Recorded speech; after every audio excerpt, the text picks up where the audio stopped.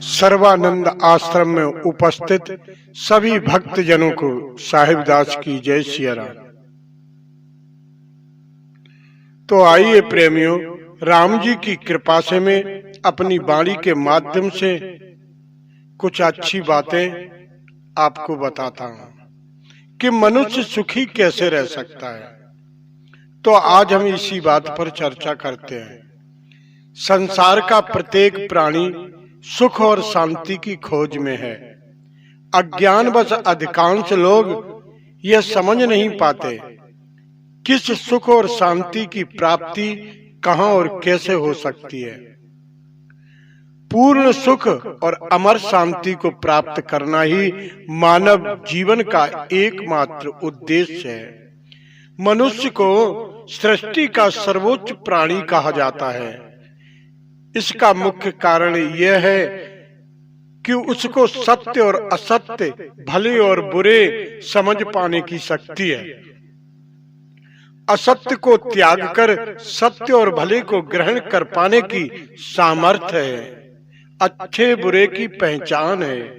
मनुष्य की एक विशेषता यह भी है, उसे अपनी हालत सुधारने की योग्यता प्राप्त है।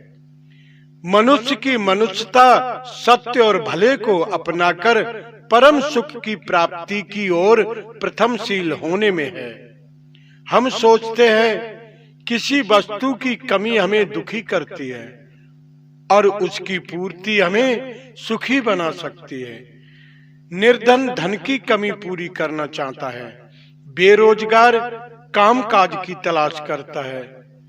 इस प्रकार संसार का प्रत्येक प्राणी शीघ्र से शीघ्र हर प्रकार की जरूरत को पूरी करना चाहता है ताकि वो जल्दी से जल्दी सुखी हो जाए। सुख शांति के लिए बेचैन मनुष्य के मन रूपी सागर में आशा तृष्णा की अनंत तरंगें उठती हैं। उसके मन में अनेक इच्छाएं और संकल्प उठते हैं।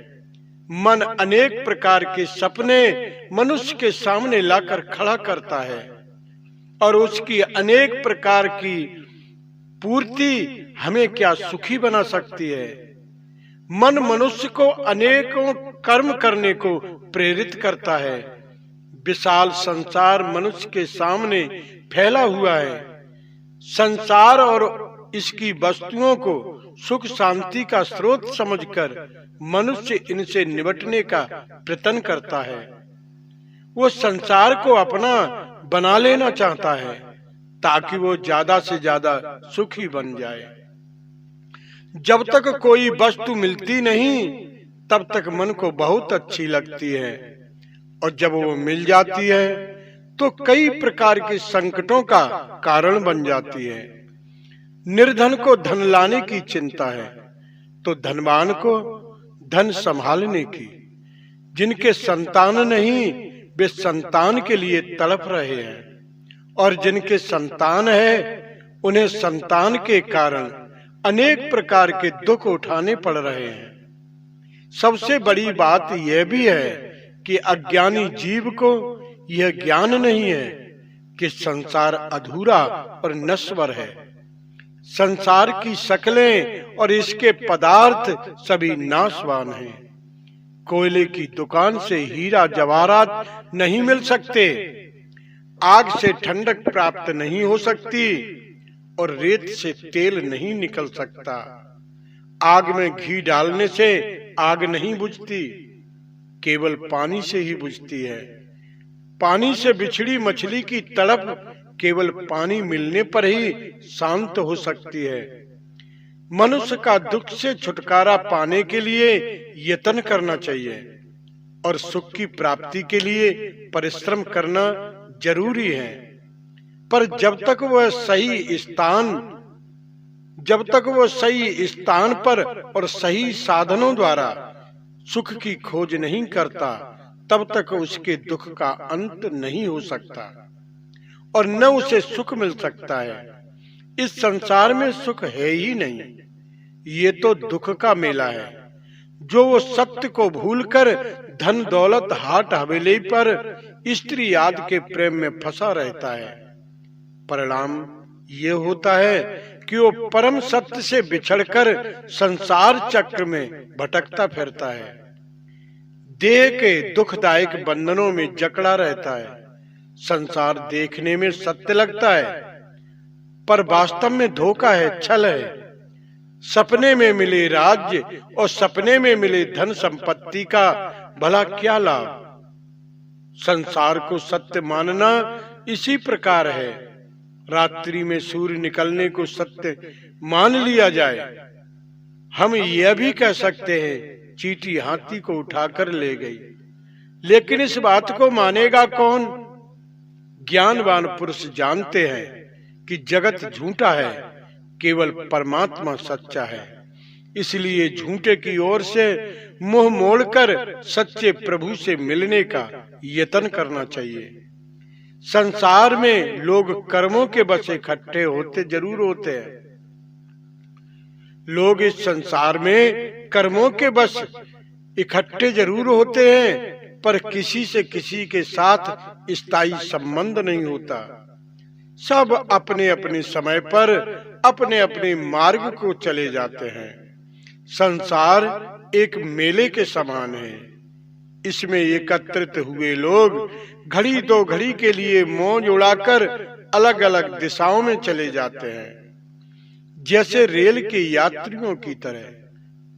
कुछ क्षणों को एकत्रित होते हैं और जैसे ही स्टेशन आया अपने अपने रास्ते को चले जाते हैं। संसार एक बाग के समान है, जिसमें रंग बिरंगे फूल थोड़ी देर के लिए खिलते हैं, अपनी सुगंध और सुंदरता प्रकट करते हैं और फिर मुरझाकर बिखर जाते हैं। पुत्र मित्र संबंधी, धन दौलत, महल बंगले, जमीन जायदाद, पद प्रतिष्ठा मोतियों के समान चमकने वाले ओस के बिंदुओं जैसे हैं, जो कुछ ही समय में सूख कर गायब हो जाते हैं। जीवात्मा का सच्चा मित्र, सच्चा हितैषी एकमात्र परमात्मा है। इसलिए नश्वर संबंधों का मोह त्याग कर सच्चे अविनाशी परमात्मा से प्रेम करना चाहिए। सच्चे संतों की संगत करके परमात्मा के नाम का जाप करना चाहिए। इससे आपको सच्चा सुख प्राप्त हो जाएगा। आपने आकाश में बादल तो देखे ही होंगे, जिनका रूप क्षण क्षण में बदलता रहता है। कभी उनका आकार हाथी जैसा, कभी घोड़े जैसा, कभी महलों जैसा और कभी पर्वतों जैसा दिखाई देता है। बादलों के लोप होते ही सब बनावटी हाथी, घोड़ा, महल, अटारी क्षण भर में गायब हो जाते हैं। जैसे पानी में बबूले उठते हैं, तुरंत फूट जाते हैं। और ऐसे समझ लो जैसे जादूगर अपनी पिटारी में से अनेक वस्तुएं निकाल कर दिखाता है, पर वो केवल हमारी आंखों का धोखा है। हमें सपने में अनेक प्रकार के दृश्य दिखाई देते हैं, पर आंखें खुलते ही सब गायब हो जाते हैं। ये हमारी आंखों का धोखा ही है। इसलिए ध्यान देना सज्जनों, परमात्मा की एक ऐसी शक्ति है जो काम कर रही है, जो असत्य को सत्य होने का, कच्चे को पके होने का, नश्वर को सत्य होने का भ्रम पैदा करती है। संत महात्माओं ने इसे माया अविद्या का भ्रम कहा है। यह शक्ति भी परमात्मा की रचना है, उसी के द्वारा निर्धारित कार्य को निभा रही है। परमात्मा नहीं चाहता कि संसार रूपी जादू का खेल समाप्त हो जाए। यदि संसार के प्रत्येक प्राणी को यह ज्ञान हो जाए कि संसार सचमुच एक झूठा खेल है, छलावा है, तो ये खेल नीरस और निर्जीव बनकर रह जाएगा। जब तक संसार का कर्ता संसार रूपी नाटक को जारी रखना चाहता है, इसके सत्य होने का भ्रम कायम रखना जरूरी है। ये काम माया करती है। माया दो प्रकार से संसार में काम करती है। एक तो परमात्मा रूपी सत्य पर, जो सत्य है उस पर पर्दा डालती है, और दूसरे जगत रूपी असत्य को सत्य होने का भ्रम पैदा करती है। जैसे सूर्य के सामने बादल आ जाए तो सूर्य दिखाई नहीं देता, तो हम बादलों को सत्य समझने लगते हैं और न दिखाई देने वाले सूर्य के प्रति अचेत हो जाते हैं। जो देखने में कुछ और दिखे और वास्तव में कुछ और, यही तो माया है। संतों ने कहा है कि ये संसार बहुत बड़ा सपना है और यह मनुष्य जीवन इस सपने का एक छोटा सा अंश है। सपने में यदि हमें लगे कि हम जाग रहे, तो वो जागना भी तो एक सपना है। हम इस जीव को झकझोरते हैं। अरे भले मानुष, तू संसार की बाहरी तड़क भड़क को मत देख, असलियत समझने का प्रयास कर। ये संसार तुम्हें बहुत सुखदाई लगता है। यह है माया के द्वारा रचा हुआ भ्रम है, छल है, नाटक है और बहुत बड़ा सपना है। एक बात ध्यान देना सज्जनों, जब पांचों तत्व नश्वर हैं, तो इनसे बनी हुई रचना क्या असलियत हो सकती है? ये महल अटारी, धन दौलत, बेटे बेटियां, हाथी घोड़े, मोटर कार और भरा हुआ परिवार, ये सब कुछ होते हुए भी सच्चे सुख का आधार नहीं बन सकते। इन सब का सुख वास्तव में देखा जाए तो सब बनावटी है, झूठा है, छलावा है। किसी का सपना एक दिन में पूरा हो जाता है, किसी का 6 साल में, किसी का 50 साल में, किसी का 100 साल में।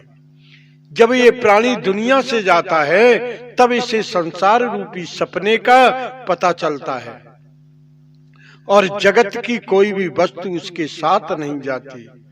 जीवन भर धन दौलत कमाने में लगा रहा, अब वह दौलत साथ नहीं जाती। दुख की घोर परेशानी में पड़ा हुआ यह जीव सिर धुनता है और पछताता है। ये मायामय संसार न किसी का हुआ और न हो सकता है। ऐसे संसार से मोह बढ़ाना और इसके लिए अधिक परिश्रम करना अज्ञानता नहीं तो और क्या है। संत कहते हैं, माया अविद्या के जाल में उलझी है। अज्ञानी जीव सदा सपने में खोए रहते हैं, पर ज्ञानी संत ज्ञान से चेतन होकर सपने के जादू को तोड़ देते हैं, अनाद परमात्मा को पहचान लेते हैं और सत्य में लीन हो जाते हैं। ये बातें बहुत समझने की हैं सज्जनों, पर कोई बिरले ही इस रहस्य को समझ पाते हैं। जय सिया राम। बोलो शंकर भगवान की, वीर बजरंग बली की जय।